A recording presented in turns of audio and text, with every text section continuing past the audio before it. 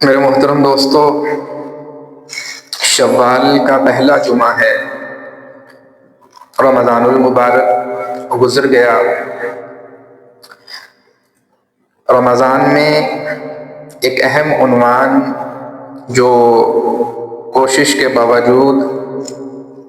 موضوع بحث نہیں بن سکا وہ زکوٰۃ کے حوالہ سے تھا۔ اس جمعے انشاءاللہ زکوٰۃ کی اہمیت، زکوٰۃ کی فضیلت، زکوٰۃ ادا کرنے پر اللہ کی طرف سے برکات، یہ تمام چیزیں جو ہے وہ موضوع کا حصہ ہوں گی۔ سب سے پہلی چیز کہ زکوٰۃ اللہ تعالیٰ کا حکم ہے، اور نصاب کے پورا ہو جانے کے بعد یہ فرض ہے کہ جس انسان کو اللہ نے مال دیا ہے، جس انسان کو اللہ نے دولت دی ہے، تو اس کے مال کے کچھ حقوق جو ہے وہ اللہ نے طے کیے ہیں کہ یہ مال جو اللہ کی طرف سے تمہیں دیا گیا ہے، یہ سب کا سب مال تمہارا نہیں ہے۔ اس میں اللہ نے کچھ حصے، اس میں اللہ نے کچھ مقدار جو ہے وہ اپنے ان بندوں کے لیے رکھی ہے کہ جو مالی اعتبار سے انتہائی کمزور ہیں، غریب ہیں، یا وہ لوگ جو یتیم ہیں، بیوہ ہیں، بے آسرا ہیں، تو ان لوگوں کے حصے اللہ نے مالداروں کے مال میں متعین کر دیے، اور پھر مالداروں کو حکم دیا کہ تم اپنے مال میں سے وہ حصے ادا کرو اللہ نے جو مقرر کیے ہیں۔ زکوٰۃ مال کی پاکیزگی کو کہتے ہیں۔ زکوٰۃ کا لفظی معنی بھی پاک ہونا ہے، پاکیزگی ہے، تو ایک معنی اس کا بڑھوتری بھی آتا ہے۔ تو زکوٰۃ کے اندر اللہ نے یہ دونوں خصوصیات رکھی ہیں کہ جو زکوٰۃ ادا کرتا ہے اللہ اس کے مال کو پاک بھی کر دیتا ہے، اور جو زکوٰۃ ادا کرتا ہے اللہ اس کے مال کو زیادہ بھی کر دیتا ہے۔ دونوں خصوصیات اللہ نے زکوٰۃ کے اندر رکھی ہیں۔ اللہ تعالیٰ نے اس زکوٰۃ کے حکم کی اہمیت کا اندازہ ہم یہاں سے لگا سکتے ہیں کہ عام طور پر اللہ نے قرآن کریم کے اندر جہاں جہاں بھی نماز کا حکم دیا ہے، ساتھ ہی اللہ نے زکوٰۃ کا حکم دیا ہے۔ اقیموا الصلاۃ وآتوا الزکاۃ، اقیموا الصلاۃ وآتوا الزکاۃ۔ قرآن عام طور پر ہر جگہ پر ہمیں اسی انداز کے اندر نظر آتا ہے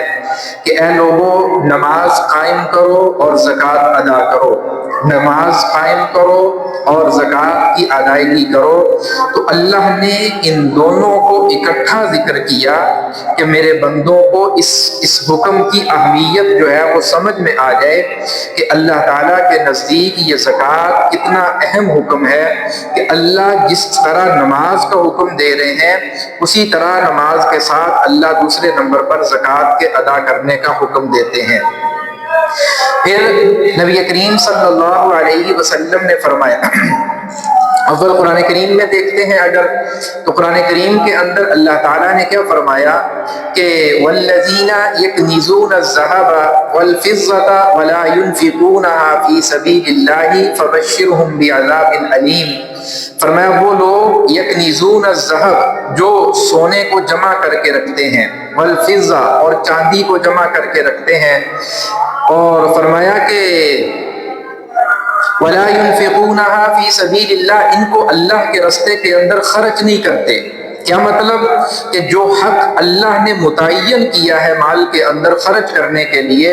وہ ادا نہیں کرتے، وہ مال اللہ کے راستے میں خرچ نہیں کرتے، تو اللہ کیا فرماتے ہیں فَبَشِّرْهُمْ بِعَذَابٍ عَلِيمٍ، ان لوگوں کو دردناک عذاب کی خوشخبری سنا دیجئے۔ کیا مطلب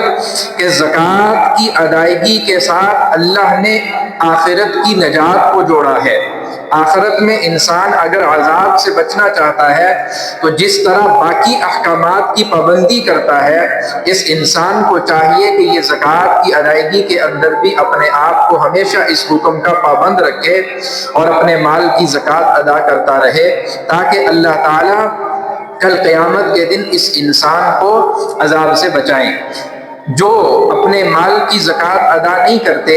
اللہ کیا فرماتے ہیں کہ وَلَا يُنْفِقُونَهَا فِي سَبِيلِ اللَّهِ، کہ جو خرچ نہیں کرتے فَبَشِّرْهُمْ بِعَذَابٍ أَلِيمٍ، فرمایا ان کے لیے دردناک عذاب کو خوشخبری ہے کہ آخرت میں اللہ نے ان کے لیے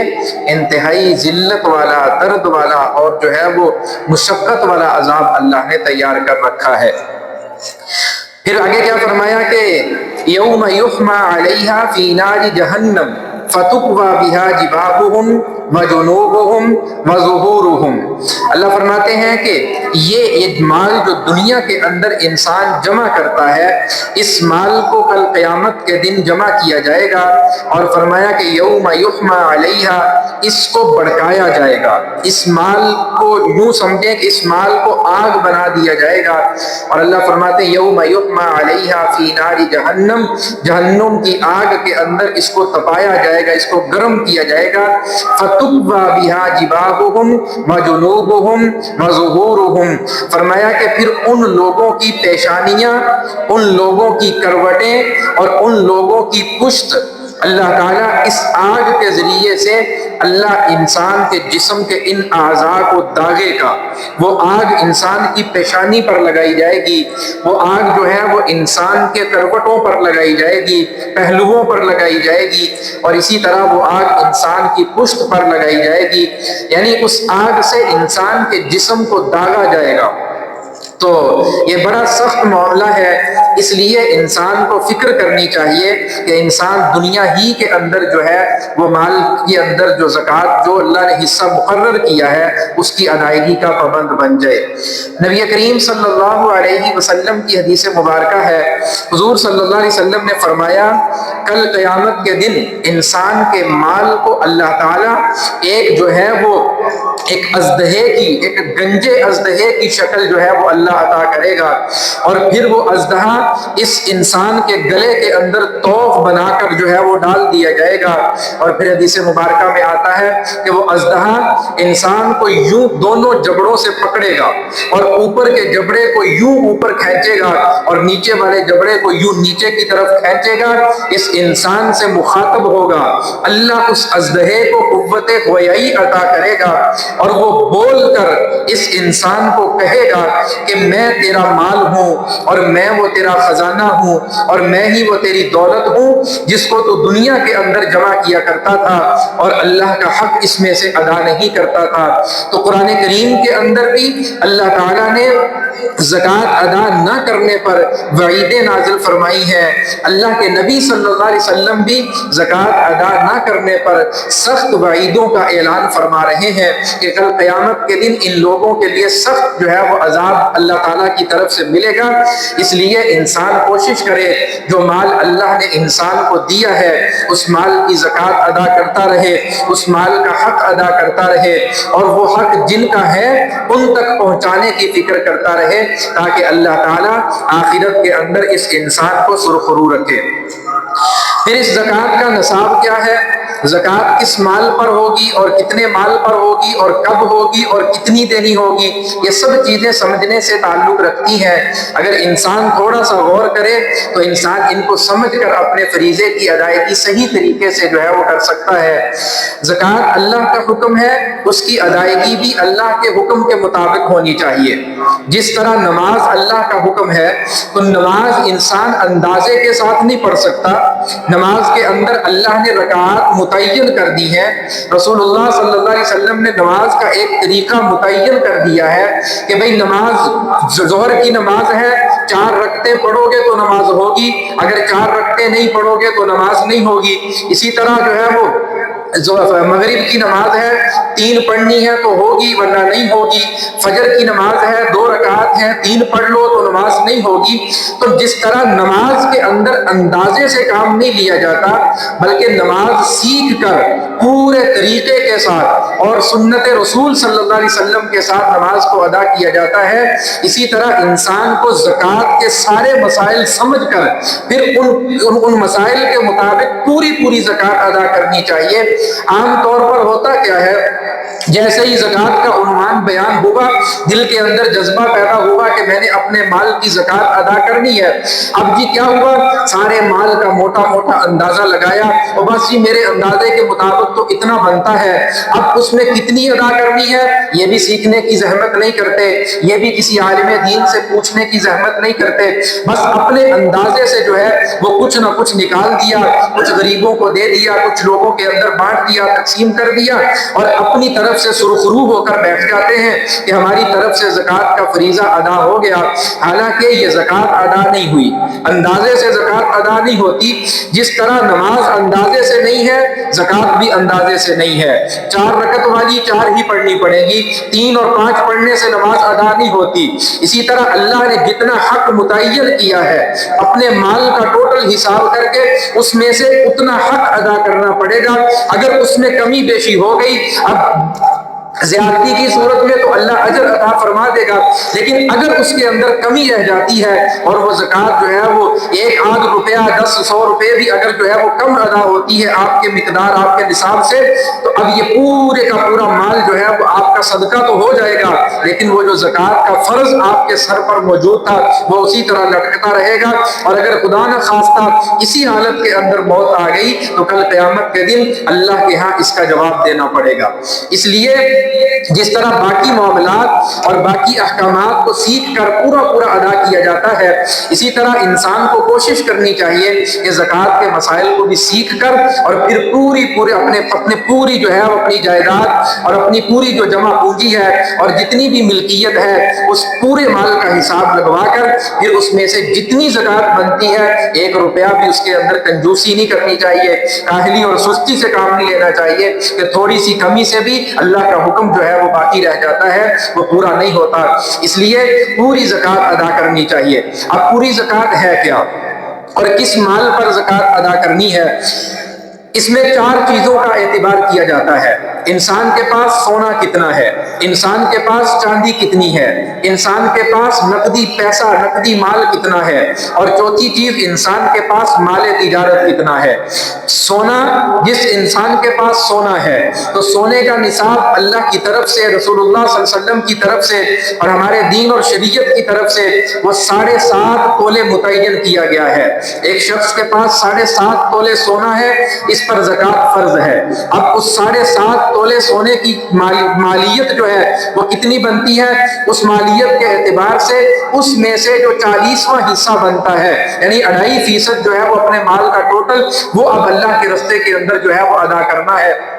اب یہ اللہ کا حکم ہے۔ اسی طرح ایک انسان کے پاس چاندی ہے، اب چاندی کے اندر شریعت نے حکم جو ہے وہ مقرر کر دیا اور جو ہے وہ شریعت کی طرف سے یہ طے کر دیا کہ چاندی کسی کے پاس اگر ہے تو اس چاندی کی مقدار 52.5 تولے چاندی ہے۔ سونے کی مقدار 7.5 تولے سونا، چاندی کی مقدار 7.5 تولے چاندی، 52.5 تولے چاندی، سونا 7.5 تولے، چاندی 52.5 تولے۔ اب یہ مقدار زکوٰۃ کی شریعت نے مقرر کر دی ہے، ہم نے اس مقدار کے مطابق اپنی زکوٰۃ ادا کرنی ہے تو زکوٰۃ ادا ہوگی، مگر نہ ہماری زکوٰۃ جو ہے وہ ادا نہیں ہوگی۔ اسی طرح دوسری جو 2 چیزیں ہیں، انسان کے پاس نقدی پیسہ کتنا ہے، انسان کے پاس نقدی مال کتنا ہے، انسان کے پاس مال تجارت کتنا۔ مال تجارت کہتے ہیں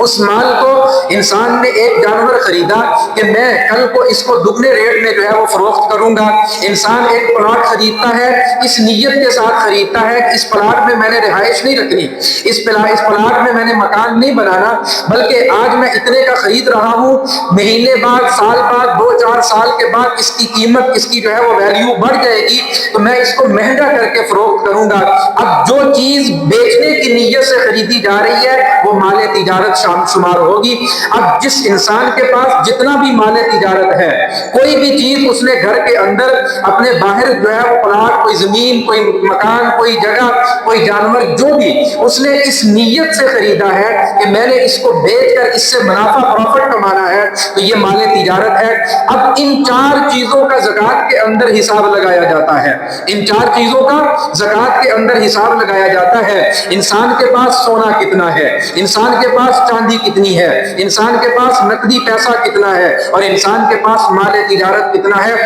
یہ چار چیزیں جمع کی جاتی ہیں۔ ان چار چیزوں میں سے ایک سونا، یہ ایک ایسی چیز ہے اگر کسی کے پاس صرف سونا ہے، سونے کے علاوہ باقی تینوں اجناس میں سے کوئی دوسری چیز موجود نہیں ہے، نہ اس کے پاس چاندی ہے، نہ اس کے پاس مال تجارت ہے، نہ اس کے پاس نقدی پیسہ ہے، کچھ بھی نہیں ہے، صرف سونا ہے، اب شریعت کیا کہتی ہے، اس کی زکوٰۃ کا نصاب 7.5 تولے سونے کے بقدر ہوگا۔ یعنی اگر تو 7.5 تولے یا اس سے زیادہ اس کے پاس ہے، اس کے اوپر زکوٰۃ فرض ہے، اور اگر 7.5 تولے سے کم ہے اس شخص کے اوپر زکوٰۃ فرض نہیں ہے، یہ شخص جو ہے وہ اس کے اوپر زکوٰۃ واجب نہیں ہے۔ اب کیوں؟ اس لیے کہ صرف اس کے پاس سونا ہے، دوسری کوئی چیز نہیں ہے۔ لیکن اگر اس انسان کے پاس تھوڑا سا سونا ہے، تھوڑی سی چاندی ہے، تھوڑا سا سونا ہے، یا تھوڑے سے جو ہے وہ 7 پیسے مل گئے ہیں، نقدی پیسہ نقدی مال مل گیا ہے، تھوڑے سے سونے کے ساتھ اگر تھوڑی سی کوئی ایک آدھ چیز مال تجارت کی وہ ساتھ مل گئی ہے، اب شریعت نے حکم دیا کہ اب سونے کا مقدار، سونے کا نصاب جو ہے وہ اس کے لیے نہیں ہے، اب اس کے لیے چاندی کا نصاب ہے۔ اب یہ 52.5 تولے چاندی کے بقدر اس کا نصاب پہنچ جائے گا تو یہ جو ہے وہ صاحب نصاب ہو جائے گا، اس کے اوپر زکوٰۃ جو ہے وہ فرض ہو جائے گی۔ اگر تو صرف سونا ہے پھر 7.5 تولے۔ ہمارے ہاں یہ بہت بڑا مغالطہ ہے، ہمارے سادہ دیہاتی لوگ جو ہوتے ہیں وہ کہتے ہیں کہ 7.5 تولے تو تھلے کے زکوٰۃ ہے ہی کوئی نہیں، حالانکہ بعض اوقات 1 تولا سونا ہوتا ہے، آدھا تولا سونا ہوتا ہے، اور دوسری چیزیں ساتھ مل کر مالیت جو ہے وہ نصاب کو پہنچ رہی ہوتی ہے اور انسان صاحب نصاب بن جاتا ہے۔ اب یہ ساری زندگی اسی مغالطے کے اندر بیٹھا رہتا ہے کہ میرے کو 7.5 تولے ہوں گے تو میں زکوٰۃ ادا کرنی ہے، نہیں تو میرے لیے زکوٰۃ فرض ہی کوئی نہیں ہے۔ حالانکہ یہ صرف جو ہے ایک دھوکہ ہے، اور ہماری وہ جڑیاں ہوتی ہیں نا پرانیاں مائیاں دیاں گلاں، ٹھیک ہے نا، یہ ہلے تک ساڈے چ چلدیاں آ رہی ہیں پرانے لوگوں کی باتیں۔ تو شریعت جو ہے یہ پرانے لوگوں کی باتوں پر نہیں چلتی، شریعت قرآن و سنت کی پابند ہے، اللہ کے رسول صلی اللہ علیہ وسلم کے دین کی پابند ہے، اور ہمارا ہر حکم وہیں سے لیا جائے گا، ہمارے بزرگوں سے، ہمارے آباء و اجداد سے نہیں لیا جائے گا کہ انہوں نے ادا نہیں کی تھی اسی بھی ادا نہیں کرنی، ایسا ہرگز نہیں ہے۔ انسان ساری زندگی گناہگار رہتا ہے، اور خدا نہ خواستہ اسی حال میں موت آ جائے تو یہ پوری کی پوری زندگی کی جو زکوٰۃ ہے یہ اس کے سر پر کھڑی رہے گی، اور اسی طرح کل قیامت کے دن اللہ کے ہاں اس کا جواب دینا پڑے گا۔ تو اس لیے اگر تو صرف سونا ہے تو پھر 7.5 تولے، اور دنیا کے اندر میرا بھی خیال کوئی بندہ یہ دعویٰ کرے کہ میرے پاس صرف سونا ہے، سونے کے علاوہ اور کچھ نہیں ہے، ٹھیک ہے نا، ایسا ممکن نہیں ہے، اس لیے کہ جس کے پاس سونا ہے، سونے کے ساتھ تو 500,000 روپیہ بھی تو گھر میں ہوتا ہے کہ نہیں ہوتا ہے، کوئی نہ کوئی چیز خریدنے بیچنے والی وہ بھی تو ساتھ ہوتی ہے کہ نہیں ہوتی ہے، ٹھیک ہے، کوئی ایسی چیز جو ہے وہ جو چاندی کی صورت میں کچھ نہ کچھ جو ہے وہ گھر کے اندر، تو کوئی نہ کوئی دوسری جنس جو ہے وہ ہمیشہ ساتھ ملتی ہے، جب ساتھ ملتی ہے تو یہ طے ہو گیا کہ ہماری زکوٰۃ کا جو نصاب ہے وہ 52.5 تولے چاندی کی مالیت کے برابر ہے۔ اب جس شخص کے پاس 52.5 تولے چاندی کی مالیت کے بقدر پیسہ موجود ہے، ان چاروں چیزوں کی مالیت جمع کر کے، کوئی ایک چیز نہیں، سونا کتنا ہے اس کی مالیت کو جمع کرو، چاندی کتنی ہے اس کی مالیت کو جمع کرو، نقدی بینک بیلنس کتنا ہے اس کو جمع کرو، اور مال تجارت کتنا، کوئی پلاٹ ہے اس کی مالیت اس میں شامل ہوگی، کوئی جانور ہے اس کی مالیت اس کے اندر شمار کی جائے گی۔ اب ان ساری چیزوں کی مالیت کو جمع کیا جائے گا، اور جمع کر کے حساب لگایا جائے گا کہ بھئی اس کا کل نصاب اور اس کی کل جائیداد اور کل ملکیت جو ہے وہ 52.5 تولے چاندی کے برابر، اس کی مالیت کے برابر ہے، اگر تو ہے تو یہ صاحب نصاب ہے، اور اگر اس سے کم ہے تو پھر بھائی یہ زکوٰۃ کا مستحق ہے، لے بھی سکنا ہوا۔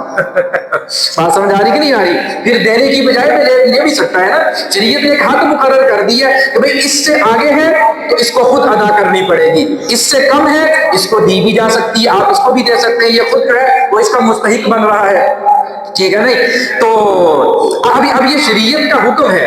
اب ہم نے اس کے مطابق اپنی زکوٰۃ جو ہے وہ ادا کرنی ہے۔ آج کے دور کے اندر، آج کے دن کے اندر جو زکوٰۃ کی جو اگر ہم موٹا سا حساب کرنا چاہیں کہ جی آج ہم نے نیت کر لی ہے کہ جی ہم نے زکوٰۃ ادا کرنی ہے، تو ہم کس حساب سے ادا کریں اور جو ہے وہ کتنی مالیت پر ادا کریں، تو آج کا ریٹ جو ہے وہ چاندی کا وہ تقریباً 7,500 کے لگ بھگ ہے، 7,500 سے کچھ اوپر ہے تقریباً۔ تو اس حساب سے اگر جو ہے وہ چاندی کا کل مالیت جو ہے وہ اس کی لگائی جائے تو 52.5 تولے چاندی کی ملکیت جو ہے وہ تقریباً 3,80,000 98,000 سے تقریباً کچھ اوپر بنتی ہے. تو موٹا سا اندازہ ہے کہ جس کے پاس آج کے دن کے اندر 4 لاکھ روپیہ موجود ہے، جس کے پاس آج کے دن کے اندر 4 لاکھ روپیہ موجود ہے، وہ صاحب نصاب ہے اور اس کے اوپر زکوٰۃ فرض ہے. ٹھیک ہے. ہوں یہ نہیں سمجھنا کہ میرے کو تو 4 لاکھ کوئی نہیں ہے گا. ٹھیک ہے نا جی. میرے کو صاحب لوایا تھے کہیں سے نکل آئے. بات سمجھ آ رہی کہ نہیں آ رہی؟ ٹھیک ہے. آپ حساب کس کا لگاتے ہو کہ نہیں میرے کو تو 4 لاکھ کوئی نہیں ہے گا، لیکن سونا ٹھیک ہے 1 تولہ بھی اگر کسی کے گھر میں سونا ہے تو 5 لاکھ ہو گیا. ٹھیک ہے نا. 1 تولے پہ زکوٰۃ فرض ہو رہی کہ نہیں ہو رہی؟ ٹھیک ہے نا. تو اب دیکھ لیں 1 تولے پہ زکوٰۃ فرض جو ہے وہ فرض ہو رہی ہے، ساتھ کچھ نہ کچھ اور چیز مل جائے گی. تو اس لیے آج کے دن کے اندر جس کے پاس 4 لاکھ کی مالیت موجود ہے، ان چاروں چیزوں کو ملا کر ٹوٹل جس کے پاس 4 لاکھ بن جاتا ہے، اس کے اوپر زکوٰۃ فرض ہے. پھر دوسری چیز جو زکوٰۃ کے اندر ہے کہ زکوٰۃ کے مال پر سال کا گزرنا ضروری ہے. زکوٰۃ کے مال پر سال کا گزرنا ضروری ہے. اگر 1 سال پورا ہونے سے پہلے انسان کے پاس وہ مال ہلاک ہو جاتا ہے، وہ ضائع ہو جاتا ہے، وہ ختم ہو جاتا ہے. مثال کے طور پر 1 جنوری 2025 کو ایک انسان جو ہے وہ صاحب نصاب تھا، اور 1 جنوری 2026 کو ایک انسان صاحب نصاب ہے. پورا سال گزر گیا. اس میں سال کا حساب لگایا جاتا ہے زکوٰۃ کے اندر. درمیان میں جو اونچ نیچ ہوتی ہے اس کا حساب نہیں ہوتا. درمیان میں ایک انسان کے پاس کچھ مال آتا ہے، کچھ جاتا ہے، کچھ جو ہے وہ کسی کو قرض دے دیا، کسی سے کچھ قرض لے لیا. یہ جو مال کا تبادلہ ہے نا، اس کا اعتبار نہیں کیا جاتا. اعتبار بھی اس کا کیا جاتا ہے سال کے شروع میں کتنا مال تھا، سال کے آخر میں کتنا مال ہے. اب یہ شروع اور آخر کا اعتبار کیا جاتا ہے. اگر یہ سال کے شروع میں صاحب نصاب تھا اور یہ سال کے آخر میں بھی صاحب نصاب ہے، اب اس کے اوپر زکوٰۃ فرض ہے. اب اگر یہ زکوٰۃ ادا نہیں کرتا اب یہ اللہ کے ہاں گناہ گار اور مجرم ہے.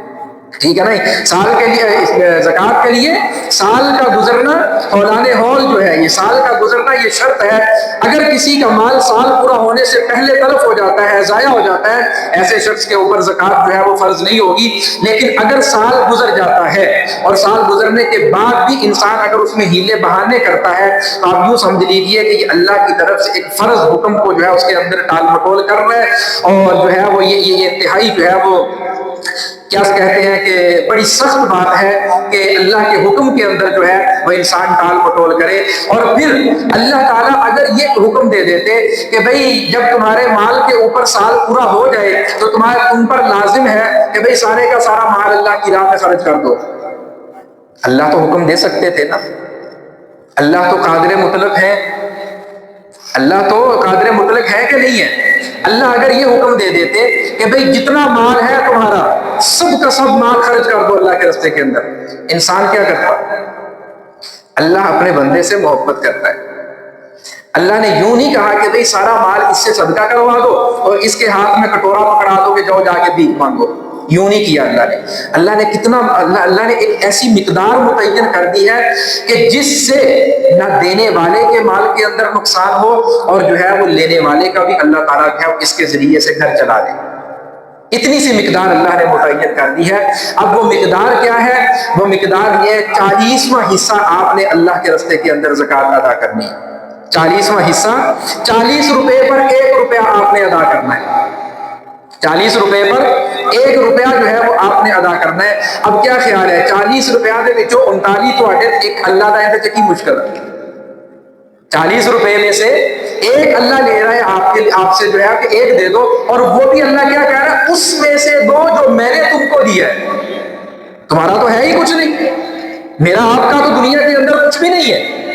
اللہ کیا کہہ رہا ہے اس میں سے ادا کرو جو ہم نے تم کو دیا ہے. سب کچھ اللہ کا دیا ہوا ہے،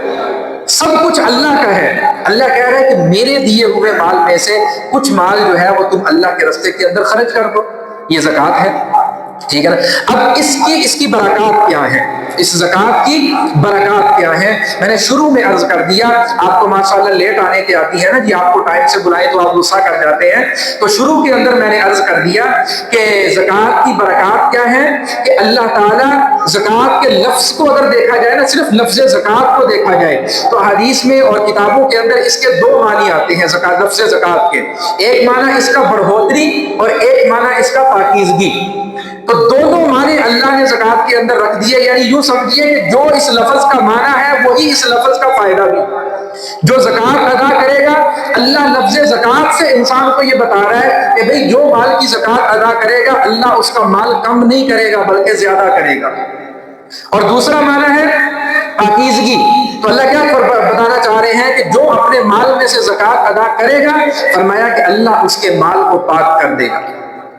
اللہ جو اس کا یہ نہیں ہے کہ حرام کما کے جڑا زکوٰۃ ادا کری جاؤ تو پھر کہو زکوٰۃ کے نال بڑا پاک ہو جاتا وا، بشرطے کہ کمائی بھی حلال ہونی چاہیے، ٹھیک ہے نا، بشرطے کہ وہ جو کمائی ہے وہ بھی حلال ہو، ٹھیک ہے۔ حرام مال سے جنہیں مرضی زکوٰۃ دے جاؤ وہ تمہیں کی فائدہ ہونا، وہ آخرت کے حساب دینا ہی پینا،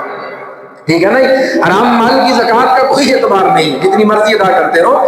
حلال مال کے اندر، ٹھیک ہے نا۔ تو اللہ اس زکوٰۃ کی برکت سے انسان کے رزق کو پاکیزہ رکھتا ہے، پاک کر دیتا ہے، حلال کر دیتا ہے۔ اب یہ اس کے فوائد ہیں۔ اور پھر زکوٰۃ میں اللہ نے ایسی برکت رکھی ہے کہ اللہ تعالیٰ اس کی برکت سے انسان کے مال کی حفاظت فرماتا ہے۔ انسان یہ کہتا ہے نا کہ یار پیسے پتہ نہیں سمجھ نہیں آتی کتنے جانے کتوں ہوتے، فلان یہ وہ ادھر ادھر چوری ہوگی، بیماری آ گئی، مصیبت آ گئی۔ اللہ کہتا ہے زکوٰۃ ادا کرو مال کی، میں تمہارے مال کی حفاظت کا ذمہ لیتا ہوں، تم مال کی زکوٰۃ ادا کرو۔ حضرت شیخ زکریا رحمہ اللہ کی آبیتی کے اندر ایک واقعہ لکھا ہے، سہارنپور کا واقعہ ہے۔ فرماتے ہیں کہ سہارنپور میں جو ہے وہ ایک غیر مسلم رہتا تھا، اس کی کچھ پراپرٹی تھی، اس کے کچھ مکانات وغیرہ تھے، وہ خود کسی بڑے شہر کے اندر جو ہے وہ شفٹ ہو گیا وہاں سے، تو وہ وہاں پر جو اس کی زمینیں وغیرہ اس کی دیکھ بھال کے لیے جو ہے وہ کسی کو وہاں پر بٹھا گیا۔ اب کہتے ہیں کہ ایک موقع ایسا آیا کہ پورے اس محلے کے اندر جو ہے اس کے گھروں کے آس پاس جو ہے وہ آگ لگ گئی۔ تو کہتے ہیں آگ لگی جو ہے وہ بڑھتی جا رہی ہے، ایک مکان سے دوسرے میں، دوسرے سے تیسرے میں۔ اب کہتے ہیں اس غیر مسلم شخص کا جو اس کا وہاں پر جو بٹھایا ہوا اس کا جو ملازم تھا، وہ دوڑا ہوا جو ہے وہ اپنے مالک کے پاس جاتا ہے اور جا کر کہتا ہے کہ بھائی تیرے مکان کی خیر کوئی نہیں، آگ لگی ہوئی ہے، سارے مکان جلدے پہ ہے، تیرا مکان تک پہنچنا لی ہے بس۔ اب وہ غیر مسلم ہے اور وہ کیا کہہ رہا ہے کہ تو بے فکر ہو جا، میرے مکان میں کچھ نہیں ہوتا، تو بے فکر ہو جا، میرے مکان میں کچھ نہیں ہوتا۔ اب وہ بڑا پریشان کہ سارے لوگ بھاگ دوڑ کر رہے ہیں، اپنے مکانوں کو، اپنی جو ہے وہ جائیدادوں کو بچانے کی کوشش کر رہے ہیں، اور یہ کیا کہہ رہا ہے کہ تو بے فکر ہو جا، میرے مکان میں کچھ نہیں ہوتا۔ تو کہتے ہیں کہ میں نے جب اس کو بار بار کہا نا، اس نے کہا کہ میں نے مسلم علماء سے سنا ہے کہ جو مال کی زکوٰۃ ادا کرتا ہے اللہ اس کے مال کی حفاظت کرتا ہے۔ تو کہتا میں اپنے مال کی زکوٰۃ مسلمانوں کے شرعی طریقے کے مطابق ادا کرتا ہوں، اس لیے میرے مال کی ذمہ داری اللہ پر ہے۔ یعنی اس کا بھی اللہ کی ذات پہ اتنا یقین ہے، وہ بھی یہ سمجھتا ہے کہ اللہ جب کوئی وعدہ کرتا ہے تو اللہ اس وعدے کو پورا کرتا ہے۔ جب اللہ ہم سے یہ وعدہ کر رہا ہے کہ بھئی تم ادا کرو اور ہم تمہارے مال کی حفاظت کریں گے، تو وہ شخص کہتا ہے کہ میں جب گیا اور جا کر دیکھا تو ارد گرد کے سارے مکان جو ہے وہ جلے ہوئے ہیں اور اس شخص کا مکان جو ہے وہ درمیان میں بالکل صحیح سالم پر ہے،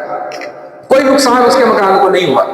اب یہ وہ برکات ہیں اللہ کے احکامات کی پیروی کرنے کی، اللہ کے احکامات پر عمل کرنے کی، کہ جب انسان اللہ کے حکم کو پورا کرتا ہے پھر اللہ تعالیٰ اس کی جان، اس کے مال، اس کے عزت آبرو کی حفاظت اللہ خود اپنے ذمے لے لیتا ہے۔ پھر اللہ اس کو نقصان میں نہیں جانے دیتا، پھر اللہ اس کو جو ہے وہ اس کے مال کے اندر خسارے میں نہیں اس کو رہنے دیتا، ٹھیک ہے نہیں۔ آپ اپنے مال کی زکوٰۃ کی ادائیگی کی نیت کر لیں کہ انشاءاللہ ہم نے آج تک اپنی زندگی کے اندر جتنا مال کمایا ہے شریعت میں سارا وہ طریقہ کار موجود ہے۔ کوئی اگر یہ کہنا کہ نہیں جی میری پچھلی زندگی تو نہ کیا اور میں عمدہ کی کراں گا، وہ سارے طریقے شریعت نے پہلے سے طے کر دیے ہیں کہ زکوٰۃ کی ادائیگی آپ نے کس طرح کرنی ہے اور اس کا کیا طریقہ کار ہے۔ تو نیت کر لیں کہ ہم نے انشاءاللہ اپنے مال کا جو 2.5% ہے، 40واں حصہ جو بنتا ہے، ہم نے وہ اللہ کے راستے کے اندر جو ہے وہ زکوٰۃ ادا کرنی ہے، تاکہ کل قیامت کے دن جو ہے اللہ کے دربار کے اندر سرخرو ہو جائیں۔ مگر نہ اگر ہم اسی طرح مر گئے اور اپنے مال کی زکوٰۃ ادا نہ کی تو اللہ کیا فرما رہے ہیں، والذین یکنزون الذهب والفضة ولا ينفقونها في سبيل الله فبشرهم بعذاب أليم۔ اللہ فرماتے ہیں کہ جن لوگوں نے سونے اور چاندی کو جمع کیا، ولا ينفقونها في سبيل الله، اور ان کو اللہ کے راستے کے اندر خرچ نہ کیا، فرمایا کہ فبشرهم بعذاب علیم، ان لوگوں کے لیے دردناک عذاب کی خوشخبری، ان کو دردناک عذاب کی خوشخبری سنا دیجیے۔ اور پھر آگے فرمایا یوم یحمى علیہا فی نار جہنم فتقوی بہا جباہہم وجنوبہم وظہورہم۔ 3 عضو اللہ نے انسان کے ذکر کیے اس آیت کے اندر۔ سورۃ توبہ کی یہ آیت ہے، 3 عذر اللہ نے ذکر کیے، یوم یحمى علیہا فی نار جہنم، فرمایا کہ اس مال کو جہنم کی آگ سے تپایا جائے گا، اس کو گرم کیا جائے گا، اس کو جو ہے وہ گرم کر کے فرمایا کہ فتقبا بہا جباہہم، ان کی پیشانیوں کو داغا جائے گا، پھر ان کے پہلوؤں کو داغا جائے گا، پھر ان کی پشت کو داغا جائے گا۔ فرمایا مفسرین نے کہ جب کوئی سائل کسی کے پاس مانگنے کے لیے آتا ہے تو اس کا جو پہلا جو ہے وہ اس کے جواب کے اندر جو ری ایکشن دیتا ہے نا، اس کی پیشانی سے ظاہر ہوتا ہے، اس کے ماتھے پہ بل پڑتے ہیں کہ یہ میرے پاس مانگنے کے لیے کیوں آیا ہے،